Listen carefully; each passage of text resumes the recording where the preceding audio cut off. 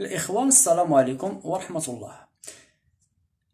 كما كتشاهدوا معايا، أي واحد عنده دوش عنده باب ألمنيوم وكيعاني من هذا المشكل ديال الباب.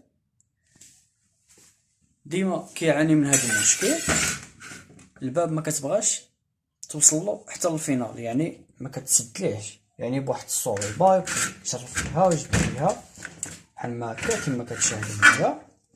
في هذا الفيديو ان شاء الله غنعطيك اسهل طريقه باش تقدر تصايب هذا الباب، يعني غير بنفسك انت كصاحب منزل غتصايب هذا المشكل. كما كتشاهدوا معايا عندنا هنا الباب الومنيوم كاينين، كما كتشاهدوا معايا عندنا هنا بيزيكرات، كاينه وحده هنا وكاينه وحده راها كاينه الفوق.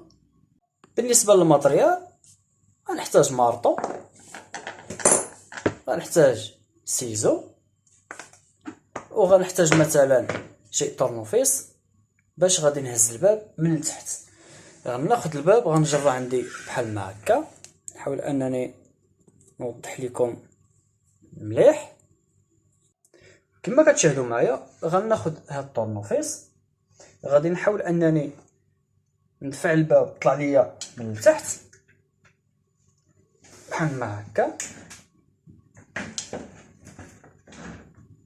الباب يعني انا كنتحكم فيها تمشي وتجي بحال ما هكا،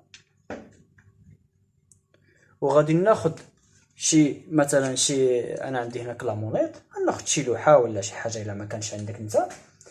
مثلا غادي نديرها تحت الباب بحال ما هكا، غادي تكالا المارطو والسيزو، وغادي نضرب على هاد البياسه اللي كاينه هنا باش غادي تطلع ليا.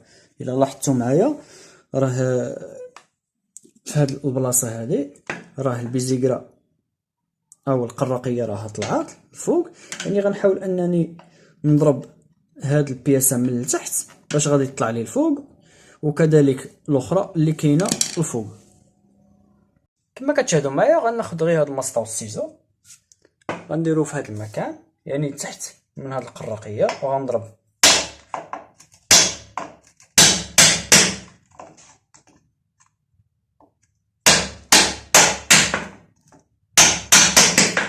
حتى كتوصل ليا للفينال، يعني كتوصل لي فوق. وكذلك غادي ندير العمليه هذه اللي كاينه عندي هنا.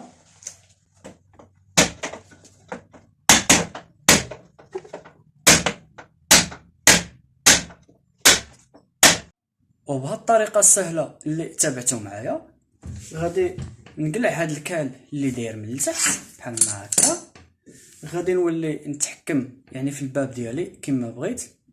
لاحظتوا معايا ها هي كتمشي، ها هي كتجي، يعني نتحكم فيها، ما بقاش داك الديرونجمون ديال انها تكالا من التحت الا لاحظتوا معايا.